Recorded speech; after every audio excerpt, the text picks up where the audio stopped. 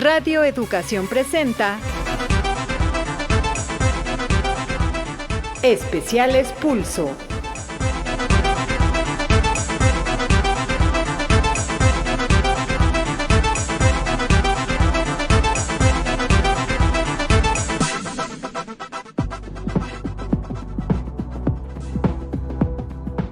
Hoy es 25 de noviembre, 25N, fecha en que se conmemora el Día Internacional de Eliminación de la Violencia contra las Mujeres. Y es que en México, esta es una deuda y una asignatura pendiente del Estado con sus ciudadanas. Tan solo en junio de 2023 se registraron 80 feminicidios en México, siendo la cifra más alta en lo que va del año y dando un total de 426 asesinatos de mujeres por razones de género durante el primer semestre del año, según datos del Secretariado Ejecutivo del Sistema Nacional de Seguridad Pública.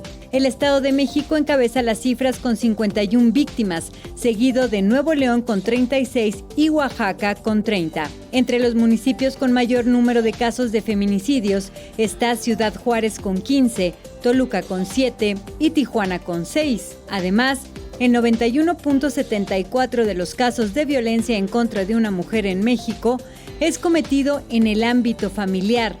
En el 88% de estos casos, la víctima y su agresor tenían un vínculo. 75.4% llevaban una relación de pareja, de los cuales en el 48.2% se trata de una relación vigente y en el 27.2% de una expareja. El Banco Nacional de Datos e Información sobre Casos de Violencia contra las Mujeres, Banabim, a cargo de la CONAVIM, acumula 1.400.415 casos de violencia reportados hasta el cierre de 2022, con 1.311.225 mujeres víctimas y 1.370.473 personas agresoras desde que se tiene registro. Un hombre fue el agresor en el 77% de los casos registrados, una mujer en el 4% y en 19% no se especificó el género de la persona agresora. El autor de la violencia cambia según la edad de la mujer. De los 0 a los 17 años, los principales agresores de violencia son los padres, mientras que a partir de los 60 años, las víctimas tienen a sus hijos como principales agresores.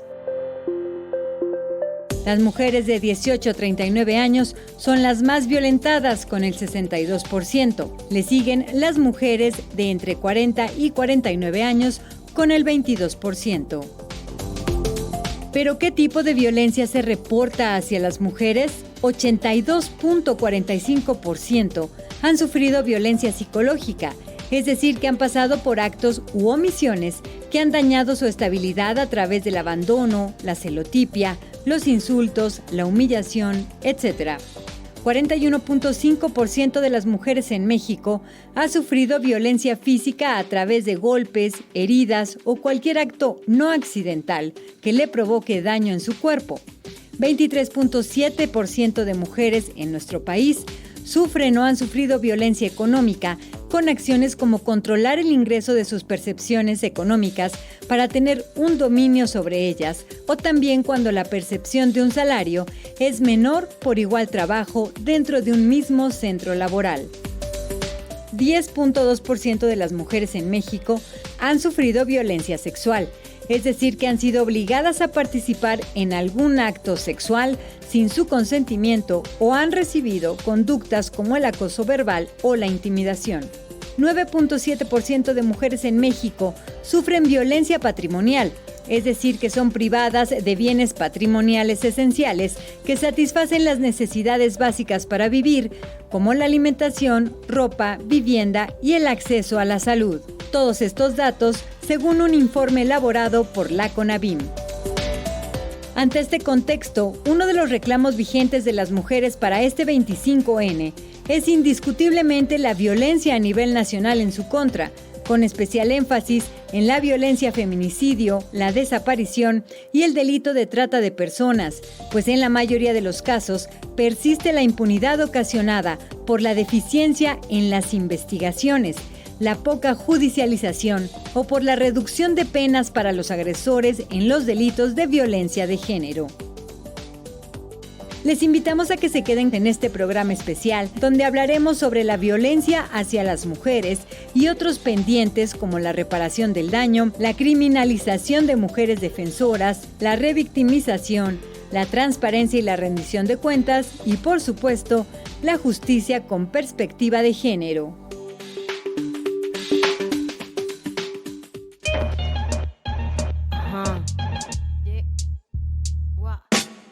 Quisiera tener cosas dulces que escribir, pero tengo que decidir y me decido por la rabia. 5 mujeres hoy han sido asesinadas y a la hora por lo menos 20 mujeres violadas. Eso que solo es un día en Guatemala. Y muy buenas tardes, bienvenido a este programa especial que el Departamento de Noticias le presenta en el marco del Día Internacional por la Eliminación de la Violencia contra las Mujeres. Como ya escuchamos en la cápsula introductoria, la violencia contra las mujeres y las niñas sigue siendo una de las violaciones de los derechos humanos más extendidas y generalizadas, no solo en México, sino en todo el mundo. Se calcula que a nivel global, 736 millones de mujeres, casi una de cada 3, han sido víctimas de violencia física y o sexual al menos una vez en su vida. Y lo peor, la violencia se puede vivir en todos los entornos, empezando por el hogar de las mujeres. De ahí que urge visibilizar sobre esta problemática. Y nos da muchísimo gusto recibir esta tarde a la maestra Lourdes Barbosa. Ella es especialista en temas de mujeres y medios de comunicación. Lourdes, bienvenida. Muy buenas tardes. Hola, ¿qué tal? ¿Cómo están? Me da muchísimo gusto saludar a toda mi familia de Radio Educación y a todo nuestro auditorio. Con muchísimo gusto estoy aquí. Gracias, Lourdes. Pues este programa se enmarca en los 30 años de que la Asamblea General de la Organización de las Naciones Unidas aprobó la Declaración sobre la Eliminación de la Violencia contra la Mujer, marcando el primer paso hacia la erradicación de la violencia contra mujeres y niñas en todo el mundo. 30 años después, ¿cómo vamos, Lourdes? Pues a mí me gustaría poder dar buenas noticias después de 30 años de esta declaratoria, pero la verdad es que no estamos en un momento de celebración. Como ustedes saben, el 25 de noviembre es un día de conmemoración. Esto significa que la fecha nos sirve o nos debe servir para reflexionar sobre lo que es esta problemática que sigue cobrando víctimas todos los días y en todos los rincones, como ya lo dijiste. A mí me gusta mucho hacer una referencia de, a veces hay problemáticas que las pensamos como ajenas, ¿no? Por ejemplo, pensamos en la guerra y decimos, bueno, pero está lejos, no nos toca. Y la verdad es que en nuestro país tenemos una guerra cotidiana contra las mujeres. Y eso se refleja en estas cifras tan alarmantes de denuncias que se hacen a los distintos canales, ¿verdad? Jurídicos y muchas otras que no se registran y que se están viviendo cotidianamente. Ustedes saben, y probablemente ya lo mencionaron, que en el año pasado se registraron alrededor de 380,000 denuncias por casos de violencia contra las mujeres y que son las parejas y las exparejas las principales personas agresoras. Entonces, es una situación bastante alarmante y no podemos de ninguna forma decir que hemos avanzado. Por el contrario, pareciera que hay una especie incluso de retroceso, porque ya lo dicen las cifras de la ENDIRE, que es esta encuesta que se hace a nivel nacional en los hogares, es una encuesta sobre las relaciones en los hogares, en donde se ha demostrado que incluso la violencia se ha incrementado contra mujeres que estudian o trabajan. Entonces, ha habido patrones diferentes, pero la violencia no disminuye y está llegando a todos los ámbitos donde las mujeres estamos. Precisamente, Lourdes, la violencia contra las mujeres es diversa, multifactorial, pero afecta a todas las mujeres sin importar formación académica, estrato social o incluso ubicación geográfica. ¿Por qué se da esta problemática? Porque estamos hablando que es una violencia que se ejerce contra las personas que tienen una vulva, una vagina. Es decir, es una violencia que se ejerce o varias violencias que se ejercen contra nosotros por el simple hecho de ser mujeres. Y esto es algo que tenemos que reconocer y verdaderamente poner el foco en esa tensión, porque no hay una razón por la cual se perpetúe contra nosotras, excepto que somos mujeres.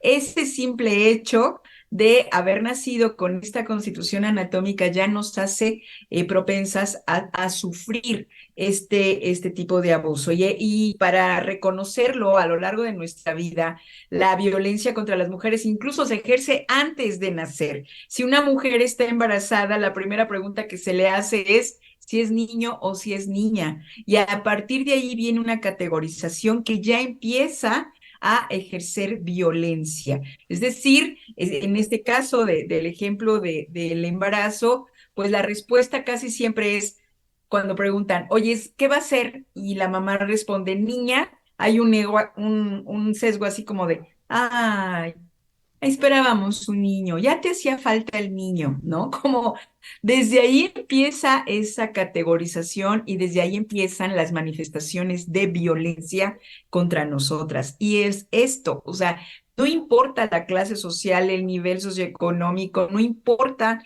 los estudios, es el simple hecho de haber nacido en un cuerpo que tiene estas características que nos definen como mujeres. Y hay muchos estudios que se han realizado contra agresores y muchas de las respuestas es porque la maté porque era mía, ¿no? Ese es un común porque las mujeres somos propiedad, más bien, sí, pertenecemos, nos dan, asumen como dueños y en ese sentido, pues entonces, así como se puede matar, pues se puede violentar de cualquier otra forma y la única razón es que somos mujeres. Y esto sí nos tiene que quedar muy claro porque a veces se buscan, ¿no? Como causas. Por ejemplo, es muy común que en un feminicidio se pregunte cómo iba vestida, si tenía el vínculo con el agresor, si hizo algo, ¿no? Que hizo enojar al agresor, si faltó a sus deberes, que hizo que el agresor se enojara. Es decir, siempre hay una causa como para justificar el acto de violencia. Y en el fondo la única razón es que somos mujeres y que vivimos en una sociedad que practica y reproduce esta cultura del dominio, de la sumisión y de la violencia hacia nosotras. Lourdes, ¿cuáles son los principales actos de violencia contra las mujeres? Podemos hablar desde lo privado hasta lo público. Sí, y esta pregunta es muy importante porque también, como ya lo dije al principio, tenemos como una idea de que la violencia es algo ajeno, ¿no? Que pasa. Y nos damos cuenta el 25 de noviembre que salen todos los encabezados en los periódicos, decimos, ah, sí hay violencia. Pero la verdad es que la vivimos cotidianamente y el lugar donde tiene mayor influencia es la familia, ¿no? Tu entorno inmediato. Y aquí es muy importante que reconozcamos que vivimos en una cultura muy violenta, que ya no registramos pequeños actos que siguen siendo agresiones. Y aquí hay donde poner como un dedo o estas pequeñas señales para ir identificando. Porque algo que es bien importante que debemos reconocer es que cuando hablamos de un feminicidio, que es la expresión máxima de la violencia, no viene aislado. Significa que antes hubieron distintos actos que fueron incrementándose a nivel como una espiral hasta concluir en un asesinato. Pero antes hubieron pequeños actos y esos pequeños actos se van incrementando. Por ejemplo, nosotras en el activismo tenemos una preocupación muy importante en la violencia que se produce en el noviazgo, porque cuando una chava o un chavo empiezan a practicar o a experimentar este tipo de violencia, es muy común y hay un alto porcentaje de posibilidades que se vaya incrementando si es que esa pareja llega a casarse y si llega a tener hijos y si llega a permanecer junta. Desde el noviazgo se pueden identificar estas pequeñas señales y esas pequeñas señales van creciendo. Por ejemplo, el que te hagan una burla, ¿no? Por decirlo de alguna forma, porque usaste un vestido que te marca cierta parte de tu cuerpo, aparentemente son bromas, son chistecitos, son comentarios coloquiales, pero en la práctica sí encierran un acto de violencia. Y si esa pequeña señal yo no la detengo o no la detenemos dentro del ámbito de hogar, entonces se va a ir incrementando y ese comentario sobre tu imagen puede pasar después al clásico, tú no opines, tú no hables, tú no sabes, este es un tema de hombres, o no vayas con tu familia, no salgas a la calle, tus amigas me caen mal, no les hables. Es decir, esos son actos que los empezamos a normalizar, pero que en la práctica son señales de que ya hay un proceso de violencia y que tenemos que tener las antenas muy puestas para frenarlo, porque lo que va a ocurrir es que va a moverse en círculos y esos círculos van incrementando en la intensidad. Entre Lourdes, sí, más de hecho ya existe una jerarquización de estos actos de violencia en el llamado violentómetro, ¿no? Donde se van viendo cómo sube la intensidad de la violencia, pasando de las primeras burlas supuestamente inofensivas hasta el asesinato, hasta el feminicidio.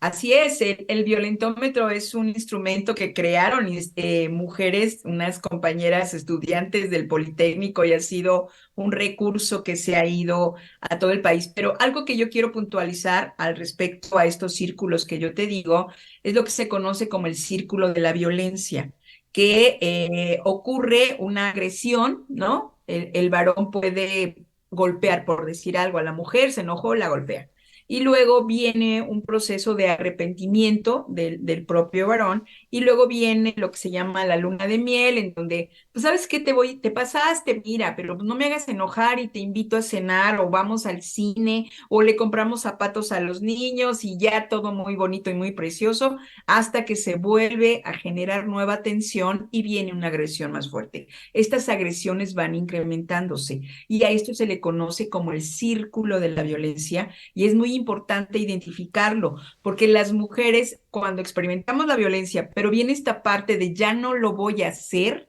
ya no va a volver a suceder, ya no me provoques y todo está bien, entonces muchas de nosotras a veces sí lo creemos, sí decimos, no, pues sí es cierto.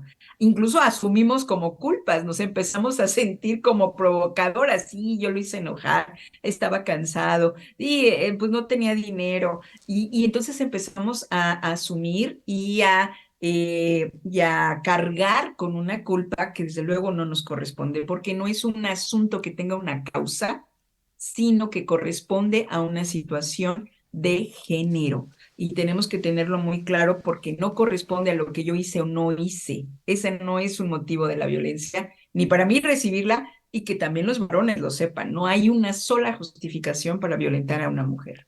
Si nos permites, Lourdes Barbosa, vamos a escuchar una cápsula de testimonios de actrices, de profesionales de la cultura que han sufrido algún tipo de violencia. Los siguientes testimonios sobre violencia hacia las mujeres fueron recogidos por El País. Escuchemos las voces de la actriz Amira Lira y la estudiante universitaria Priscila Alvarado. Me tapa la boca, me azota contra una pared y me dice que pues es muy notorio también en mi trabajo que yo no haya tenido relaciones sexuales con nadie más, que yo necesito pasar por esa experiencia para poder ser una mujer y una buena actriz. Vuelve a buscar momentos en los que yo esté sola para tocarme o para intentar besarme y comete otras 2 violaciones conmigo en este espacio que es el teatro. Después de todos estos años de la denuncia penal, del proceso de la denuncia penal, aunque yo y las otras chicas que vivieron estas agresiones dimos todas las pruebas que podíamos dar y realizamos todos los peritajes y todo lo que nos pedían penalmente, no hubo ninguna sentencia para este agresor. Creo que el haber pasado por la denuncia penal, el haber tenido la fortaleza para hacerlo, para no callarme, para darme cuenta que mi testimonio es importante, que lo que me pasó es real y que merezco sanar y merezco que la gente se entere, y el poder hacer también la denuncia social me ha hecho sentirme más fuerte y no creo que sea una víctima, creo que soy una sobreviviente. Me dio los libros y cuando me los da es cuando me jala de la cintura y empieza a besarme. Y cuando me besa, pues empieza a tocar mi espalda y mi cabello. Pues yo me paralicé. Empezaba a decirme que estaba enamorándose, empezaba a decirme que se sentía muy atraído por mí, que yo era muy bella, que mi sonrisa, que todas estas cosas, y pues yo creí que era capaz como de contenerlo, porque dije, bueno, me va a dar clases más adelante, ahorita es mi director académico. Cuando un hombre te toca, te besa o te hace algo y se abusa de tu cuerpo sin que tú lo quieras, te cambia muchas cosas, ¿no? Y la gente solamente ve a una mujer que provocó. Hoy quizá estoy siendo violentada más bien por el escarnio público, pero fui víctima en ese momento, ¿no? Y ese momento es el que yo agarré, el que tomé y el que quise extender para hacer lo que soy hoy, para hacerme fuerte como soy hoy, para tener el valor de dar la cara, para tener el valor de enfrentarme a todo esto. Estos fueron los testimonios de la actriz Amira Lira y la estudiante universitaria Priscila Alvarado, recogidos por el medio de comunicación El País, una muestra de que la violencia hacia las mujeres se cuela en todos lados, en el arte, en la academia. Es momento de frenarla.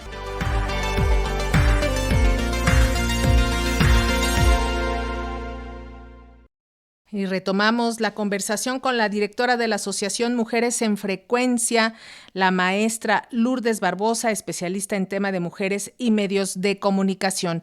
Lourdes, estábamos hablando de todo este tipo de violencia que vivimos las mujeres. El 91% de las agresiones, como bien decía, se viven en el hogar, en las casas, y el 77% de los agresores son hombres y además son nuestros conocidos la gran mayoría de las veces. ¿De qué nos habla eso? Pues nos habla de una cultura todavía muy arraigada, este sistema patriarcal en donde se sigue pensando que lo masculino debe dominar, debe mantener controlado a lo femenino. El término patriarcado viene a partir de la concepción del pater family, el padre de familia, que a nivel histórico se consideraba pues que el padre de familia era dueño no solo de las tierras o del posible ganado que tuvieran, sino también de la familia. Entonces, ese concepto se ha mantenido durante siglos y entonces eso está en nuestra cultura. Esta idea de que los varones tienen el derecho de violentar, de abusar, de humillar a las mujeres, y lo femenino, pues es parte de una cultura muy, pero muy arraigada. Y fíjate, a mí esta cifra, cuando la leí, me llamó mucho la atención, porque imagínate, significa que de 10 mujeres que ahorita estamos conectadas, 9 hemos sufrido algún tipo de violencia. Es una cifra altísima, ¿sí? Y a lo mejor muchas ni tan siquiera lo hemos reconocido. Y que no es solo una forma de violencia, porque a veces todos pensamos, bueno, pues no me pega, ¿no? Hay mujeres que dicen, a mí mi marido no me pega. Sí, pero no te da gasto, pero no te deja tener un auto a tu nombre, pero te está contando las moneditas, se enoja y no te da para comer o para tus hijos o tus hijas. Es decir, hay muchas, pero muchas formas en que se perpetúa esta violencia y tenemos que empezar a reflexionar. No es ajena, está aquí cerquita y los primeros cambios tienen que venir desde nosotros, nosotras. Ya hablabas de esta violencia física, emocional, económica, pero también en los últimos tiempos hemos sabido de una violencia terrible, por ejemplo, que se ha evidenciado en nuestro país y que además pues se ha empezado a trabajar para tratar de erradicarla, que por ejemplo es la violencia con ataques de ácido a las mujeres, que es mucho más cruel. Todas las violencias son terribles, pero esta es cruel porque le deja la cicatriz en el cuerpo. Así es, fíjate que es súper alarmante cómo en la última década se ha recrudecido la violencia. Es decir, ahora se busca generar más dolor, es una especie de tortura. Lo del el ácido, pues que también está equiparado ya casi tipo feminicidio, pero hay otras muestras, por ejemplo, cuando estamos encontrando mujeres destazadas, desolladas, es decir, muchas palabras que no quiero repetir porque son realmente muy fuertes y que hablan de esta crueldad. Ahora no es solo lastimar en el sentido, digamos, más simbólico, sino que se busca una verdadera hazaña en producir dolor. Y esta práctica de la violencia con ácido es un extremo de esto que nosotras consideramos el odio hacia las mujeres. Incluso hay un estudio también que hace otra compañera de cómo el crimen organizado ha utilizado a las mujeres como material para mandar mensajes a los grupos opositores, ¿no? ¿Cuántas veces no encuentran cuerpos de mujeres con mensajes escritos en las partes de su cuerpo? Es decir, es un momento de un recrudecimiento en donde causar el dolor es como una de las manifestaciones de este odio, porque sí lo consideramos un crímenes de odio y por supuesto que llama mucho la atención y a generar acciones para poder erradicar estas manifestaciones de violencia que por supuesto son muy extremas. Y otro tipo de violencia que además cobra relevancia en estos años, en esta era que vivimos, es la violencia digital y además la manera en cómo se busca pues diferentes caminos vericuetos para perpetuarla, pese a que se empieza a legislar para regular este tipo de violencia digital y que además está afectando muy directamente a las adolescentes y a las niñas. Así es, tenemos un panorama en las redes sociales. Mucha gente piensa que tenemos la vida real y la vida digital, y la verdad es que no, la vida digital es una extensión de la vida real. Y esa violencia que vivimos en los espacios físicos ha llegado a la violencia digital con mayor fuerza, porque se supone que hay un cierto anonimato, porque se supone que hay formas de falsificarte una dirección, un correo, y como si esto no fuera perseguible. Y es real, porque tampoco tenemos una legislación que haya apuntado a identificar con asertividad a los agresores. Pero una cosa bien importante en la violencia digital es que la mayoría de los varones que la perpetúan contra niñas o adolescentes son personas que las conocen. Y eso es un dato muy interesante. En el caso de la violencia, digamos, que atenta contra tu intimidad, contra tu persona, tu imagen, ¿no? Claro que por otro lado está la trata y el tráfico de personas, de mujeres, que utilizan las redes para poderlas enganchar. Y la trata es otra de las formas de violencia extrema contra las niñas y las mujeres. Pero aquí yo pondría un acento también en otro tema que está ocurriendo con mucha fuerza y es la exposición de la pornografía a las niñas y a los niños. Sabemos que la pornografía está utilizando las redes sociales para llegar a estos públicos de menores, de niñas y niños menores de edad y que está presentando la forma más cruel. Se habla de la erotización de la violencia sexual, lo cual es verdaderamente muy grave y es otra forma también de de abuso sexual contra las niñas y los niños.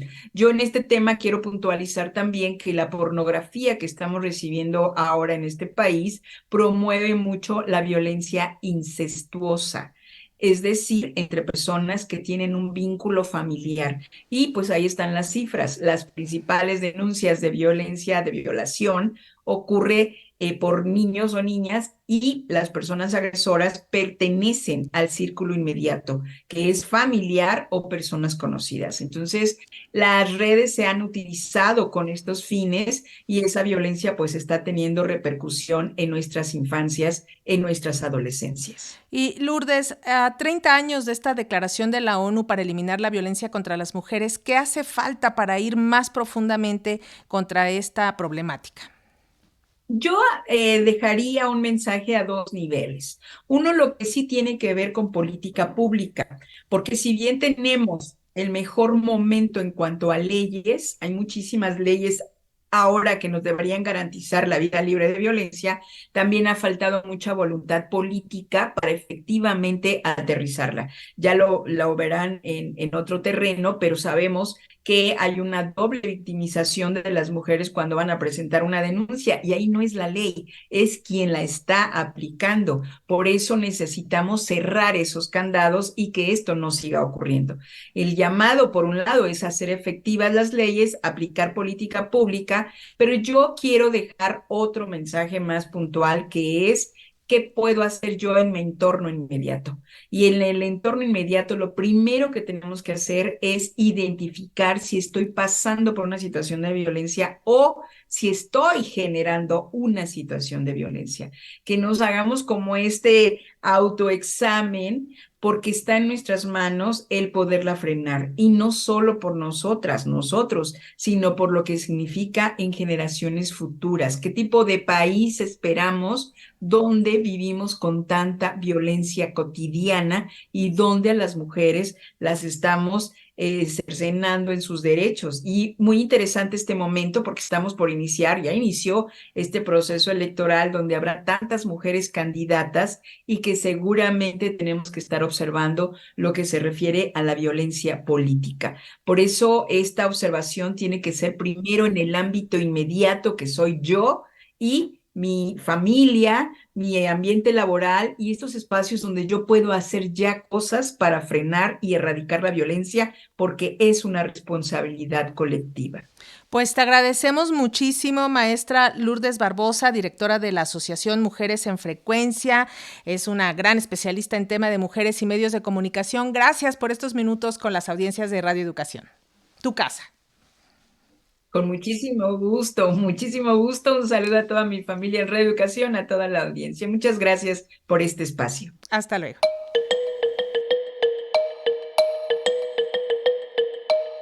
Me dijeron que todo era culpa mía, que si me agredían fue la ropa que traía, obligada a esconder quién era, miedo todo el rato ahí fuera.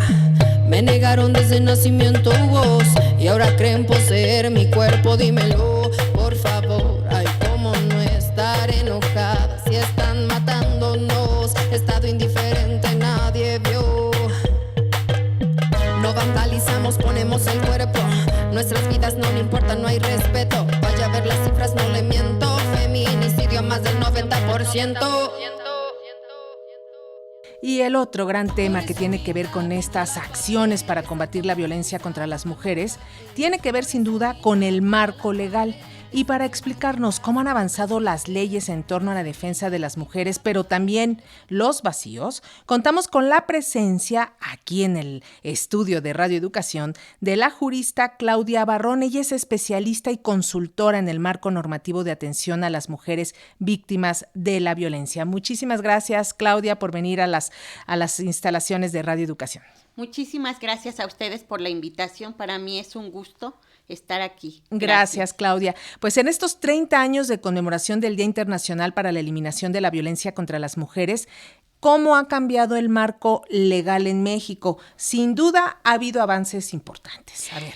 Pues yo estoy contenta en la parte del marco jurídico porque yo pensé que las modificaciones y los avances y la generación de leyes, de delitos, que tenemos ahorita iba a ser mucho más lenta, ¿no? Más allá de los 30 años que tenemos ahorita, y sin embargo fue algo que, pues, a partir de la Conferencia Mundial de la Mujer, de la cuarta conferencia de Beijing en el 95, pues vino a traer pues toda la parte de la modificación del marco jurídico, y también pues no solamente en la Ciudad de México o a nivel federal, sino también para todos los estados, ¿no? Esta parte de armonizar todas las legislaciones también se ha logrado en la mayoría de los estados, en todos los estados. Ahorita no hay ningún estado a nivel de la República que no contemple el delito de feminicidio, por ejemplo, ¿no? No hay ningún estado que no contemple el hostigamiento y el acoso sexual tampoco en el Código Penal.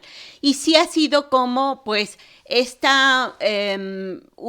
la idea de que el derecho, pues, es algo que también ayuda a transformar la concepción, ayuda a transformar la cultura y la forma de ver, digamos, las acciones por parte de la ciudadanía. Uh-huh. Ahorita, bueno, si bien es cierto que todavía tenemos un alto o un nivel muy alto de delitos de violencia contra la mujer, lo cierto es que hay también ya el conocimiento de muchos varones en el sentido de cuáles son los delitos por los que puede ser acusado por una mujer. Uh-huh. Sí es también cierto que en general tenemos un problema estructural por la desigualdad y por la corrupción que tenemos en el país en las instituciones de procuración y de administración de justicia, que son las fiscalías y los poderes judiciales, y que eso pues también es a nivel estatal principalmente, a nivel de los estados, y que eso es lo que en mucho impide que se pueda llegar al acceso a la justicia por parte de las mujeres. Sí, Claudia, pero hablabas un poco de la armonización de la ley. Uh-huh. Tenemos una ley general y, sin embargo, esta armonización ha generado grandes dificultades, ya que hay diferentes criterios e interpretaciones en los estados de cómo abordar, digamos, las problemáticas de violencia hacia la mujer. ¿Qué se está haciendo para, pues, unificar criterios y para que, pues, todas las fiscalías, los ministerios públicos actúen en el mismo sentido, con enfoque de género? Uh-huh. Porque, pues, no es lo mismo juzgar a una mujer en un ministerio público aquí en la Cuauhtémoc, sí, que en uno en la Sierra Tarahumara. Pues fíjate que para eso tenemos también un excelente trabajo de la Suprema Corte de Justicia. Sí, la Suprema Corte de Justicia, a partir de la reforma de derechos humanos de 2011, ha venido trabajando mucho esta parte del protocolo de juzgar con perspectiva de género que emitió, pero aparte también jurisprudencias que señalan que obligatoriamente los jueces de todo el país tienen que juzgar con perspectiva de género, que los ministerios públicos también de todo el país tienen la obligación de investigar los delitos donde se encuentre una mujer, ya sea como víctima o como presunta responsable, también con perspectiva de género. Y entonces ahí tenemos también una riqueza de tesis, de jurisprudencia, donde explica la Corte Suprema cómo debe de aplicarse la perspectiva de género para juzgar, qué significa el concepto de igualdad, qué es la discriminación contra la mujer, ¿no? ¿Cuál sería la aplicación del enfoque diferencial, que también es algo que se debe de aplicar además de la perspectiva de género? Y muchos elementos que son obligatorios para el juzgador, para todos los juzgadores a nivel nacional y también para todos los ministerios públicos a nivel nacional. El otro problema es que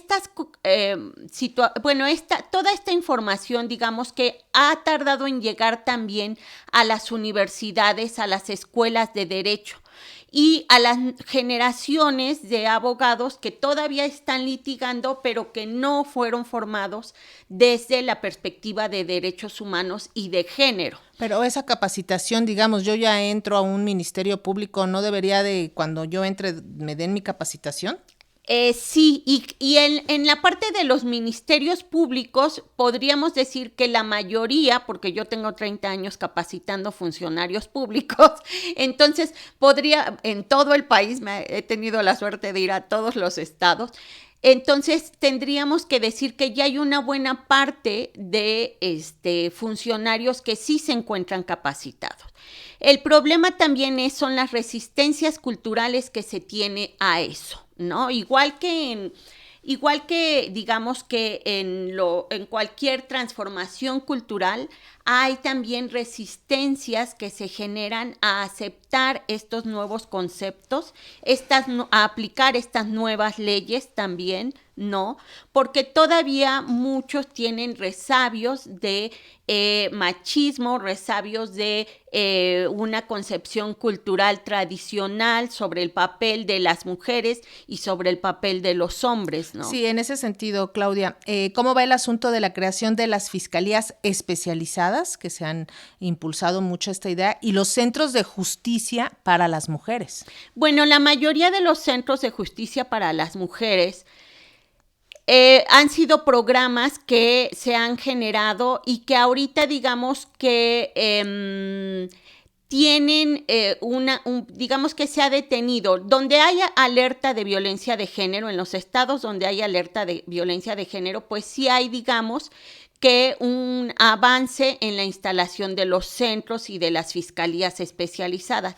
Yo en lo personal soy crítica de esos modelos, porque a mí me parece que es mucho más un hombre cuando quiere denunciar violencia familiar, se va al Ministerio Público que le queda cerca de su casa.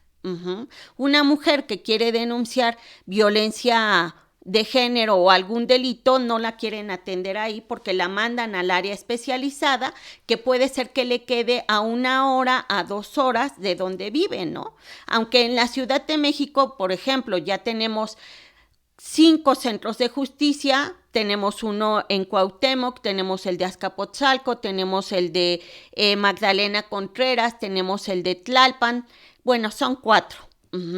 Pero bueno, las mujeres, por ejemplo, de Milpa Alta no pueden ir a denunciar ahí al Ministerio Público, que tendría que poder y atender con la misma calidad y con la perspectiva de género un asunto de violencia familiar, sino que tiene que irse a lo mejor al centro de justicia de Cuauhtémoc, que le queda hasta el centro de la ciudad, que tiene que echarse 2 horas para llegar al centro de la ciudad, o al de Tlalpan, que también no le queda tan cerca, ¿no? Entonces, sí tendríamos que evaluar si esos centros que efectivamente buscan proporcionar calidez, atención hacia las mujeres, es también algo que impide que las mujeres se acerquen a los espacios de justicia, ¿no?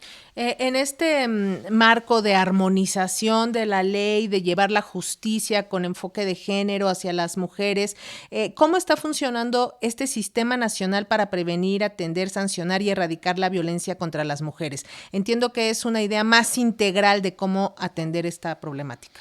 Bueno, pues el Sistema Nacional lo que hace es supervisar el avance en la aplicación o en el funcionamiento de las políticas públicas que se están dando para prevenir, atender y sancionar la violencia. Y esto implica, bueno, revisar cómo están funcionando las fiscalías con sus áreas especializadas, cómo va el avance también de la generación de estas nuevas áreas especializadas, supervisar también el aumento o la disminución de los delitos, supervisar cuántos delitos se mandan ya ante el juez, ¿no? Que se llama judicializar, pero cuántos delitos se mandan ya al juez penal en un momento dado, o si es en materia familiar también, cómo están atendiendo los jueces de lo familiar la parte de la violencia familiar, la parte también de la pensión alimenticia, que es algo que también,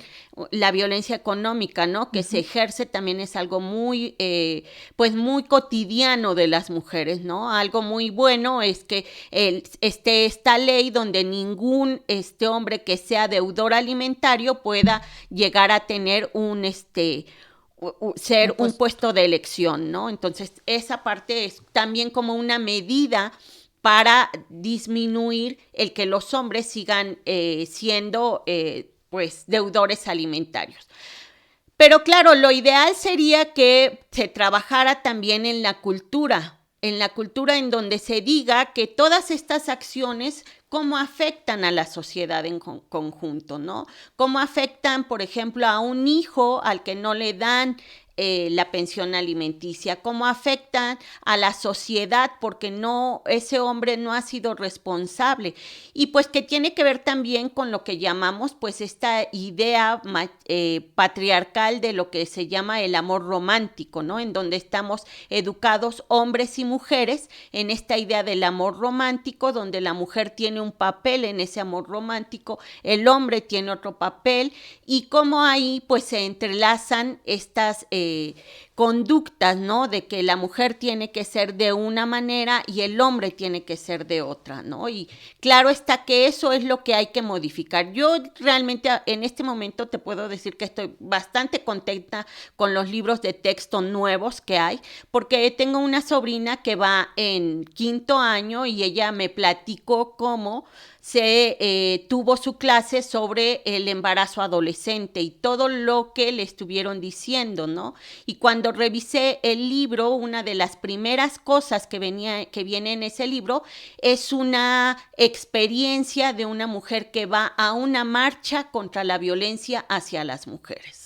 Pues, si me permites, Claudia, vamos a ver experiencias, vamos a escuchar otra serie de testimonios que recabó nuestra compañera Ana Aguirre a través del diario El País. Vamos a escucharlo. Las voces que escucharemos a continuación son los testimonios de las periodistas Itzaro Arteta y Eloísa Farrera, quienes compartieron para el medio de comunicación El País sus vivencias alrededor de la violencia que sufrieron por el hecho de ser mujeres. Ese evento donde además terminó con un último acto de repudio que me dejó en shock, que fue que restriega sus genitales en una de mis piernas. Llega ese lunes, lo veo y ya no puedo más. O sea, justo me bloquea mentalmente. Sí, es una onda que te apaga el cerebro y te deja un nudo en la garganta de inmediato, ¿no? Y entonces digo, ¿qué tengo? ¿Qué me pasa? O sea, esto fue como algo que me atravesó de inmediato, y empiezo a buscar así en internet tal cual el concepto de hostigamiento sexual laboral, y veo que todo checaba, y es cuando digo, claro, todo este tiempo ha sido eso. De ahí decido presentar la queja a Recursos Humanos, y me dicen que, para mi sorpresa, que tenían conocimiento de otras personas, pero que no habían actuado porque yo era la primera que lo hacía de manera oficial, formal. Llegaban correos, en realidad solían tener poco texto, pero era como con títulos que decían, es una zorra, ¿no? Esta es su colección de hombres. Y ponían 20 fotos con amigos quizá, solamente que estás así abrazando en un cumpleaños, en cualquier lugar, pero claro, siempre con esa insinuación de que yo había dormido con todos ellos, ¿no? De que has pasado por todos ellos. O sea, esa clase de comentarios que son muy violentos y muy sexuales. A mí un ministerio público lo que me dijo es, oye, pero estos correos no te amenazan. Pues no. No dicen que te van a hacer daño. Pues no. Entonces, pues nada, solo son insultos. Ajá. Pues es que entonces eso no es delito, ¿no? No hay un delito.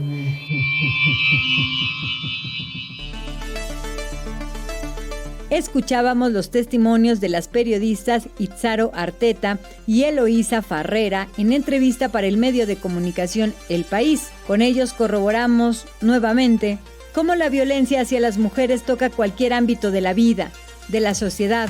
Es una pandemia que urge frenar. Y continuamos con la conversación con la jurista Claudia Abarrón, especialista y consultora en el marco normativo de atención a las mujeres víctimas de la violencia. Claudia, pues hay que entrarle a un tema muy duro para la historia de México, para la historia de las mujeres y que tiene que ver con la tragedia de Ciudad Juárez, en donde pues desde los años 70, 80 se inició una serie de asesinatos que posteriormente, gracias a todas las movilizaciones que se generaron ahí, pues ya pudieron ser tipificados como feminicidios. De hecho, de toda esa problemática surge. ¿Cómo se fue construyendo este marco legal para especificar el feminicidio y no dejarlo como un homicidio más con agravantes y todo lo que ha implicado? Bueno, pues el concepto de feminicidio fue desarrollado por una mujer extranjera junto con aquí en México, ¿no? De Sudáfrica, junto aquí en México también por Marcela Lagarde, ¿no? Esta excelente feminista antropóloga que tenemos aquí en México. Y bueno, lo que señalan del feminicidio, bueno, es un acto en donde se priva a la mujer de la vida, ¿no? Por su condición de mujer basada en el género. No es solamente porque sea una mujer biológica, sino más bien por todo lo que culturalmente se dice que puede o no puede hacer una mujer. Por esas cuestiones de cultura, de género, de conductas que se supone que la cultura ha dicho que debemos de tener las mujeres, por eso es por lo que se le priva de la vida. Por ejemplo, las que eran objeto de feminicidio en Ciudad Juárez, pues eran chicas jóvenes que trabajaban en la maquila y que por mucho las condiciones de las maquilas, cuando salían ellas de tarde, pues no tenían las condiciones de luz, de alumbrado, de seguridad, ¿no?, que se requería. Entonces, claro está que esto era como un permiso para los varones, en primer lugar. Y en segundo lugar, ninguna mujer pues puede andar sola en la calle. De hecho, si ven a 2 mujeres, a 3 mujeres, uno de los piropos o de los intentos de hablar de los hombres es que les digan por qué van tan solitas, ¿no? Aunque vayan 3. Porque antes, pues las mujeres teníamos que llevar a nuestra acompañante y a alguien que nos cuidara para que no fuéramos atacadas. Entonces, todo eso es la cultura que siguen teniendo muchos varones y también muchas mujeres y que permitió que se llevara a cabo este tipo de feminicidios en Ciudad Juárez. La otra situación que hubo es que un alto porcentaje de varones en ese tiempo no tenían empleo, ¿no? Porque eran más requeridas las mujeres en las maquiladoras y los hombres no. Entonces también ahí se generó, digamos que un enojo de los varones, porque hay que entender también que si no se explica tanto a muchas mujeres como a muchos hombres, pero también a los varones, ¿qué es esto de la perspectiva de género? ¿Por qué tenemos que cambiar? ¿Qué cosas nos proveen de mejora a la sociedad? ¿No? Y que se trata de que tanto los hombres como las mujeres estemos bien en esta sociedad.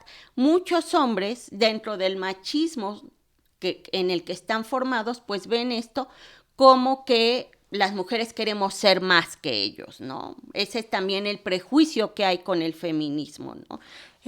Claudia, la ley está, que es lo que todos hemos dicho, la ley está muy bien, pero pues no se ha logrado garantizar una vida libre de violencia hacia las mujeres en México.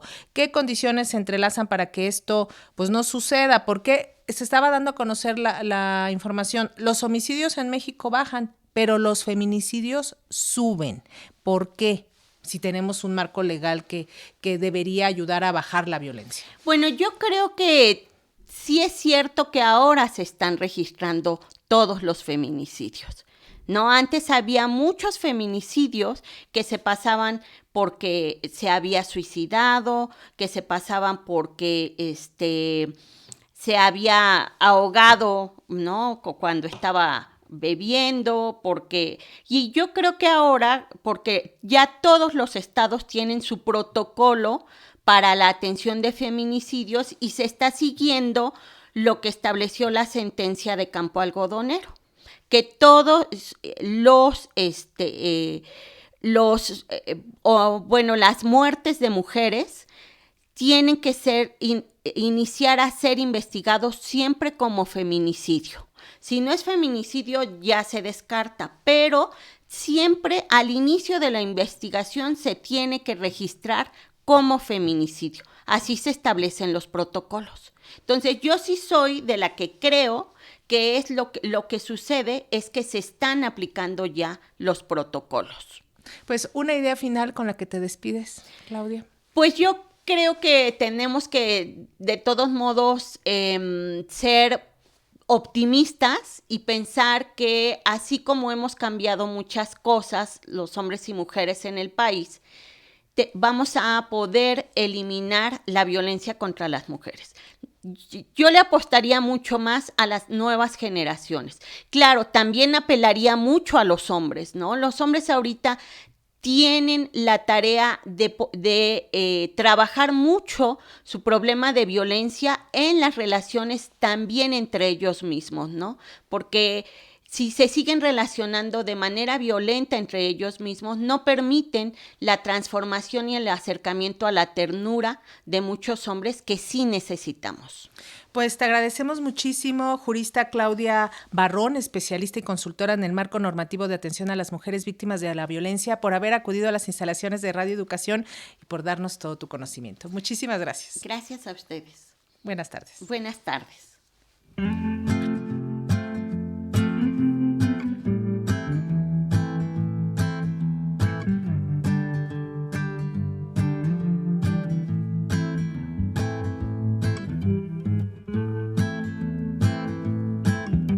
Si observas desde afuera no lo notas, pero una duda crece en mi cabeza. ¿Será que lo mejor es ir a prisa mientras doy vuelta en la esquina de los ojos que me acechan? ¿Será que les aguanto? Participamos en este programa en la producción e investigación Víctor Bárcenas, música y cápsulas Ana Aguirre, controles técnicos Francisco Aguilar, asistencia de producción Gabriela Pérez, en el guión y conducción se despide Lenny Cávila. Que tenga muy buena tarde y recuerde, ni una menos. La Subdirección de Información de Radio Educación presentó Especiales Pulso.